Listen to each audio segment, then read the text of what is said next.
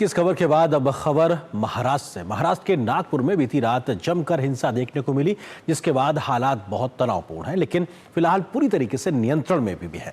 इस हिंसा में जमकर आगजनी हुई तो पुलिसकर्मियों सहित आम नागरिक भी बुरी तरीके से घायल हुए हैं। महाराष्ट्र के मुख्यमंत्री देवेंद्र फडणवीस ने कहा है कि एक अफवाह के बाद ये पूरी घटना सामने आई है। दोषियों को बख्शा नहीं जाएगा, इस बात का उन्होंने भरोसा दिलाया है। स्थानीय प्रशासन हालात पर पूरी तरीके से नजर बनाए हुए है, तो कई इलाकों में कर्फ्यू भी लगाया गया है। औरंगजेब के नाम जारी है संग्राम। नागपुर में बवाल, महाराष्ट्र से दिल्ली तक उबाल। नागपुर की सड़कों पर भीड़, पथराव, जलते वाहन। सोमवार शाम नागपुर के महाल इलाके में भड़की हिंसा के बाद का यह मंजर बहुत कुछ कहानी कह रहा है। यह तस्वीर बता रही है कि हालात कितने खराब हो गए थे। देर रात दो समूहों के बीच हुई हिंसक झड़प के बाद कई थाना क्षेत्रों में कर्फ्यू लगा दिया गया। शहर में हिंसा के चलते सुरक्षा के कड़े इंतजाम किए गए। हालांकि कुछ ही घंटों में हालात काबू में आए और अब प्रशासन सतर्क है और धर पकड़ में लगा है ताकि दोषियों को सजा दी जा सके।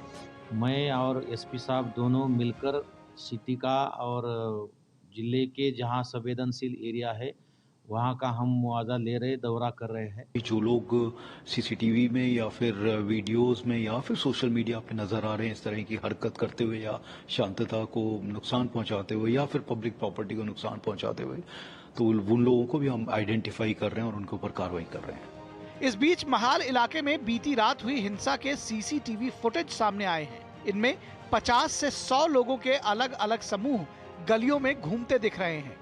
साथ ही वे वहां मौजूद वाहनों को निशाना बना रहे हैं। महाराष्ट्र के मुख्यमंत्री देवेंद्र फडणवीस ने मंगलवार को विधानसभा में इस हिंसा पर बयान दिया और कहा कि यह हिंसा एक अफवाह से शुरू हुई, जिसमें धार्मिक चिन्ह जलाने की बात कही गई थी। फडणवीस ने कहा कि हिंसा में 12 दोपहिया वाहन तोड़े गए और एक क्रेन, 2 जेसीबी तथा कुछ 4 पहिया वाहनों में आग लगा दी गई। घटनास्थल पर 80 से 100 लोग जमा हो गए थे। कुछ लोगों पर तलवार से हमला हुआ। इस हिंसा में 33 पुलिसकर्मी घायल हुए, जिनमें 3 डीसीपी स्तर के अधिकारी शामिल हैं। इसके अलावा 5 आम लोगों को भी चोटें आईं।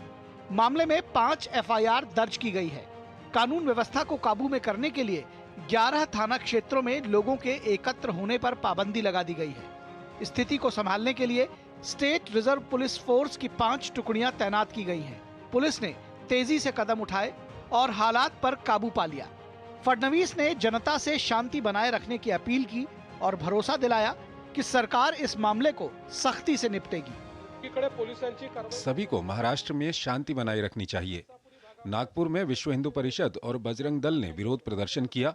अफवाह फैलाई गई कि धार्मिक सामग्री वाली चीजें जला दी गईं। ये एक सुनियोजित हमला लगता है। किसी को भी कानून व्यवस्था अपने हाथ में लेने की इजाजत नहीं है। पुलिस पर हमले बर्दाश्त नहीं किए जाएंगे, सख्त कार्रवाई की जाएगी। ये सब सोचकर, समझकर जो काम कर रहे हैं समाज कंटक, उनको बिल्कुल बख्शा नहीं जाएगा। उनके ऊपर कड़ी कार्रवाई की जाएगी। स्वयं मुख्यमंत्री बार बार इस घटना का जायजा ले रहे हैं। पुलिस विभाग पूरी तरह इसकी रूट तक जाएगी। इसके पीछे कौन है, क्या राजनीति है, और किसी को भी छोड़ेगी नहीं।